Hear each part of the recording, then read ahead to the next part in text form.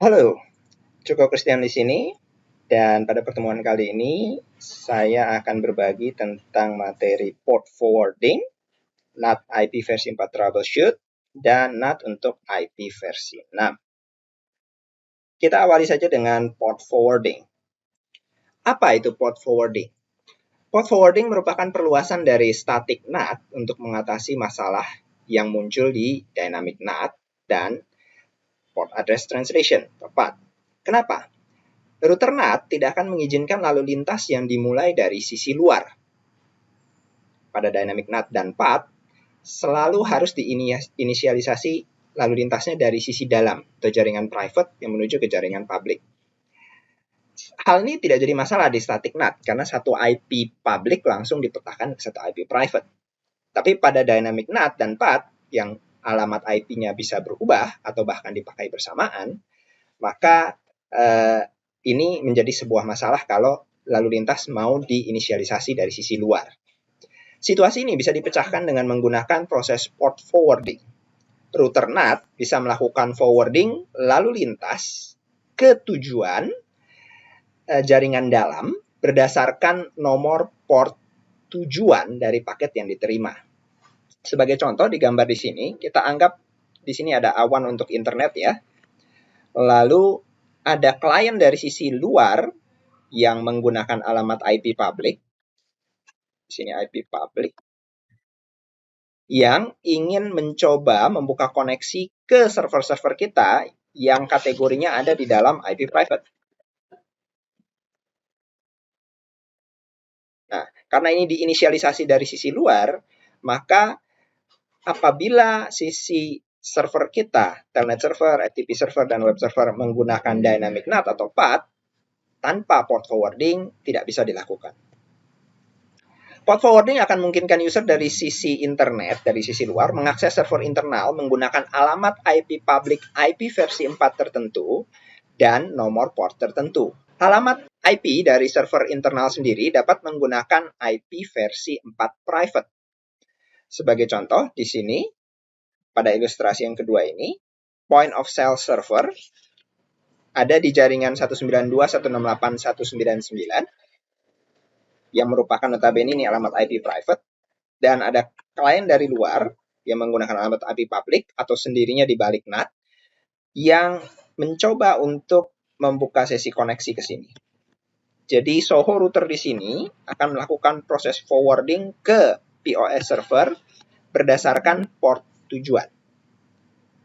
Penggunaan port forwarding cocok untuk organisasi yang sudah menyewa public IP versi 4 address atau yang sudah langganan kepada provider. Nah, ini adalah contoh konfigurasi untuk single port forwarding dengan menggunakan router level small and home office, singkat Soho di sini. Kita akan membuka konfigurasinya dan mengizinkan kurang lebih bila ada permintaan dari luar yang menuju ke lalu lintas web server kita di port 80, ya, maka akan diteruskan ke alamat IP 192.168.1.254. Jadi itu dinyatakan secara eksplisit di sini. Jadi kurang lebih ini untuk salah satu contohnya dari router Soho Cisco. Akses menu application dan gaming, karena biasanya juga digunakan untuk port forwarding ini pada gaming. Pada single port forwarding bisa diisikan nama aplikasi, ini opsional sebenarnya. External port adalah nomor port yang digunakan oleh klien luar. Internal port adalah nomor port yang digunakan layanan server tujuan. Jadi di sini web server kita menerima di port 80, sedangkan permintaan ini yang masuk adalah kepada port 80. Port 80 yang ini adalah di sisi internalnya, port 80 yang ini adalah sisi eksternalnya. Ini bisa diganti, tidak harus sama. Bisa jadi kita menyatakan yang permintaannya ke port 80 dari luar, diarahkan ke sisi dalam port 70 misalnya, itu diizinkan. Lalu protokolnya kita nyatakan apakah mengizinkan TCP saja, UDP saja, atau TCP dan UDP pada beberapa jenis router. To IP address diisi dengan alamat IP versi 4 sisi dalam yang bisa dihubungi router. Dan enable di sini adalah untuk menyatakan aktif atau tidak. Kalau menggunakan Cisco iOS di mode konsol, kita bisa menggunakan sintaks sebagai berikut. IP not inside source static. Jadi ini seperti menyatakan static NAT ya, kita nyatakan, tapi TCP atau UDP, ini pilih salah satu. IP lokal, port lokal, ini adalah servernya ya. Ini adalah port di server. IP global, ini adalah IP publiknya. IP publik yang di sisi keluar. Dan port global, ini port tujuan dari luar. Nah, boleh ditambahkan extendable, itu sebenarnya default ditambahkan untuk menyatakan bahwa ini perluasan dari static NAT biasa dan memungkinkan translasi ke lebih dari satu port. Karena kalau tidak itu akibatnya nanti tanpa extendable dianggap jadi static NAT. Oke, ini contoh konfigurasinya. Pada router 2 kita akan mengizinkan forwarding dari klien yang meminta halaman web ke port 8080 ke domain www.example.com. www.example.com ini sendiri sebenarnya adalah diresolusi ke alamat IP public 209.165.200.225. Jadi permintaan dari klien bunyinya kurang lebih menjadi seperti ini. Untuk sisi layer 3 dan layer 4-nya kepada IP 209.165.200.225 port 8080. Kita konfigurasikan supaya diteruskan ke web server kita yang ada di sisi dalam dengan IP private 192.168.10.254 port 80. Jadi tujuannya adalah kalau datangnya ke 209.165.200.225 port 8080, lempar ke 192.168.10.254 port 80. Konfigurasinya sebagai berikut. IP NAT inside source static TCP 192.168.10.254 port 80. Ini adalah sisi dalamnya ya. Lalu 209.165.200.225 port 8080 ini yang diterima dari sisi luarnya. Kita nyatakan dulu interface serial 000 yang sebelah kiri sebagai sisi dalam dan interface serial 010 sebagai sisi luar. Ini tidak boleh terbalik sisi dalam dan luarnya. Berdasarkan kondisi ini, maka semua lalu lintas dari outside network yang ditujukan ke alamat 209.165.200.224 port 8080 diteruskan oleh router 2 menuju IP 192.168.10.254 port 80. Dan semua lalu lintas dari IP 192.168.10.254 port 80 yang diterima oleh si router 2 akan diteruskan ke tujuan dengan melalui proses NAT IP public 209.165.200.224 port 8080. Efektif hasilnya adalah si klien menganggap dia bisa mengakses www.example.com ini di port 8080. Dia mengira bahwa itulah servernya dan memberikan layanan di port 8080. Padahal sebenarnya server aslinya si web server adalah sebuah server yang berada di sisi private network, sebuah organisasi, dan bekerja di port 80. Ya, untuk melihat konfigurasi dan lalu lintas translasi di router 2 kita bisa lihat show IP NAT translation. Sini ya. Ini kolom-kolomnya akan menunjukkan lalu lintas yang terjadi. Dan untuk memahami lebih lanjut silahkan simak video terpisah di paket tracer 9244. Selanjutnya kita akan bahas troubleshoot NAT untuk IP versi 4. Berikut adalah beberapa perintah yang terkait dengan troubleshooting NAT untuk IP versi 4.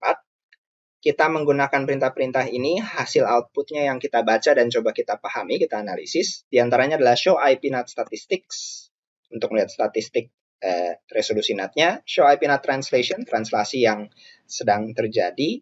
Clear IP NAT statistik untuk mengosongkan statistiknya. Clear IP NAT translation bintang untuk mengosongkan log dari translation yang sudah ada, supaya kita bisa melihat lagi, mengulangi lagi dari awal.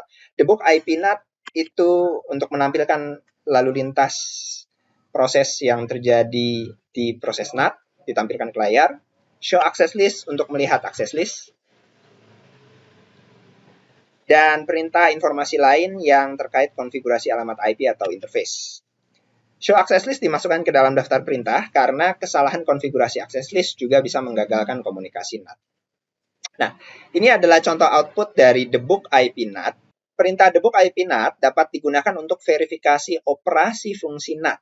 Jadi kalau kita sudah nyalakan debug IP NAT, maka lalu lintas NAT yang terjadi, proses yang dilakukan oleh router, semua ditampilkan ke layar. Perintah ini akan menghasilkan deskripsi untuk setiap paket, error, dan eksepsi yang muncul. Perintah ini juga mengakibatkan overhead atau beban yang tinggi sehingga tidak disarankan untuk diaktifkan jangka panjang. Jadi debug itu hanya diaktifkan jangka pendek selama kita proses troubleshooting saja.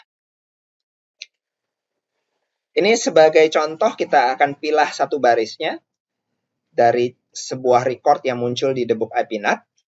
Bintang VEP 15. Bintang mengindikasikan ini translasi berjalan pada jalur fast switch. Jadi ini translasi selanjutnya setelah translasi paling pertama, karena translasi paling pertama selalu proses switch yang lebih lambat. Lalu diikuti timestamp waktu, ini Februari 15 itu ya, 20.01.311.670 ini adalah timestamp.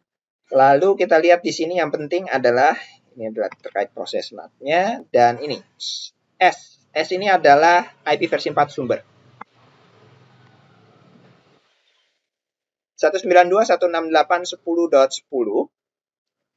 kepada 209.165.200.226. Jadi ini menyatakan bahwa ada pergantian alamat oleh NAT dari source 10.10 menjadi 200.226. Destination D di sini adalah alamat tujuan dari IP versi 4. Karena di sini tidak ada panah, berarti tidak mengindikasikan adanya pergantian alamat. Ya, jadi ini posisinya adalah sedang dari sisi dalam keluar. Nilai XXX dalam kotak siku, XXXX, di sini angkanya 2817, itu adalah nomor identifikasi IP versi 4 yang digunakan untuk mencari korelasi dengan paket IP yang sejenis, rangkaian komunikasi yang sama. Ini contoh skenario kegagalan NAT untuk IP versi 4. Perhatikan gambar di samping, terdapat kegagalan ping dari PC1 ke server 1. PC1 di sini tidak bisa ping ke server 1. Jadi kita tes troubleshooting-nya ya. Kita lihat dari router 2, show IP NAT translation, output-nya kosong, tidak ada. Artinya translasi sedang tidak berjalan. Lalu dilihat lagi statistik NAT-nya, show IP NAT statistik.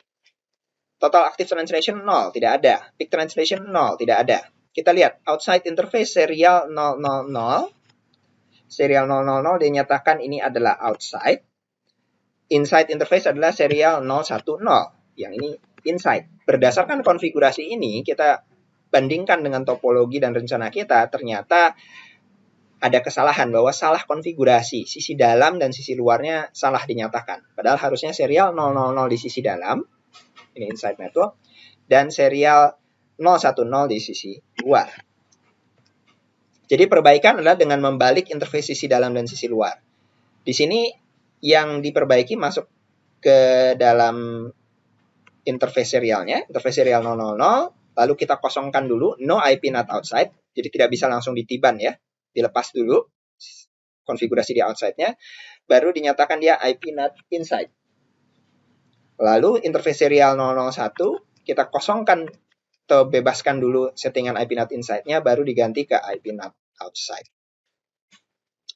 Masih dari PC1 ke server 1, ada permasalahan lain. Kita lihat access list yang digunakan. Show access list. Standard IP access list 1 baris nomor ID baris 10 izinkan 192.168.00 dengan wildcard bits 000255.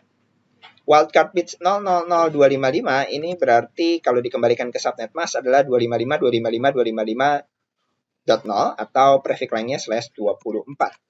Terlihat bahwa wildcard yang digunakan kurang tepat karena di sini kita mau mengizinkan kedua-dua networknya sekaligus. yang notabene ini masuk ke oktet ketiga ya.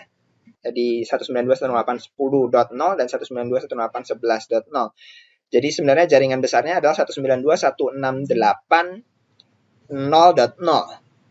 Karena kalau kita nyatakan 192.168.0.0 dengan /24 itu berarti hanya IP dari 192.168.0.0 sampai 192.168.0.255 itu range IP-nya. Sedangkan PC1 kita ada di 192.168.10.10. Alhasil kita harus perbaiki wildcard-nya. Perbaikan wildcard adalah di sisi access list-nya. Access list-nya jadi dihapus dulu, no access list 1, lalu dibuat ulang. Access list 1 izinkan jaringan 192.168.0.0 dengan wildcard mesh 0.0.255.255. Ini efektif sama dengan prefix length /16. Setelah perbaikan dilakukan, kita verifikasi akhir untuk memastikan NAT berfungsi normal. Kita tampilkan dengan show IP NAT statistik. Terlihat sekarang sudah ada satu dynamic-nya ya, sifatnya extended. Lalu outside dan inside-nya sudah benar. Oh, sekarang ada hit. Oh, berarti sudah terjadi translasi. Dan kalau kita lihat di show IP NAT translation-nya sudah terlihat bahwa oh ada protokol ICMP di sini karena ping termasuk ICMP. Di inside global 209.165.200.226 port 38, inside lokal 192.168.10.10 port 38, dikirim ke 209.165.201.1 port 38. Untuk memperdalam pemahaman, bisa dikerjakan pakai tracer 9315 dengan video terpisah. Terakhir sebagai penutup adalah NAT IP versi 6. NAT untuk IP versi 6 di sini adalah pengayaan saja, hanya untuk menginformasikan bahwa NAT untuk IP versi 4 adalah konservasi IP versi 4 tujuannya. Tujuan utamanya adalah ini, pada NAT IP versi 4. Karena alamat IP versi 4 publik terbatas. Jadi jika semua perangkat secara global telah menggunakan IP versi 6, sebenarnya nanti NAT untuk IP versi 4 tidak diperlukan lagi. Kenyataannya di lapangan, IP versi 6 belum terimplementasi secara global. Sehingga kita masih memerlukan layanan NAT untuk IP versi 4. Nah, ada lagi sehingga istilahnya NAT untuk IP versi 6. Apa itu? Layanan NAT untuk IP versi 6 disebut NAT 64 adalah layanan yang berjalan pada router yang tujuannya sebagai penengah jaringan IP versi 4 dengan jaringan IP versi 6. Jadi NAT 64 adalah untuk mentranslasikan lalu lintas IP versi 4 ke IP versi 6 dan seterusnya. Dan sebaliknya, maaf. Ya, penjembatan fungsinya. Berbeda dengan NAT untuk IP versi 4 yang tujuannya untuk konservasi. Layanan NAT 64 lebih kompleks dari NAT IP versi 4 karena yang diganti bukan hanya source dan destination address, tapi struktur paketnya berubah dari paket IP versi 4 ke paket IP versi 6 dan sebaliknya. Jadi ini nanti untuk struktur paket bisa dilihat kembali pada materi yang lain yang membahas tentang perbedaan format header pada IP versi 4 dan IP versi 6. Konfigurasi NAT 64 juga di luar dari cakupan pembelajaran ini, tapi sebagai pengetahuan saja bahwa fungsi NAT 64 berbeda dengan fungsi NAT untuk IP versi 4. Demikian pada video kali ini kita sudah membahas tentang port forwarding, NAT untuk IP versi 6, dan NAT IP versi 4 troubleshoot. Jangan lupa untuk subscribe agar tidak ketinggalan update informasi lainnya. Saya Joko Christian, undur diri. Bye-bye.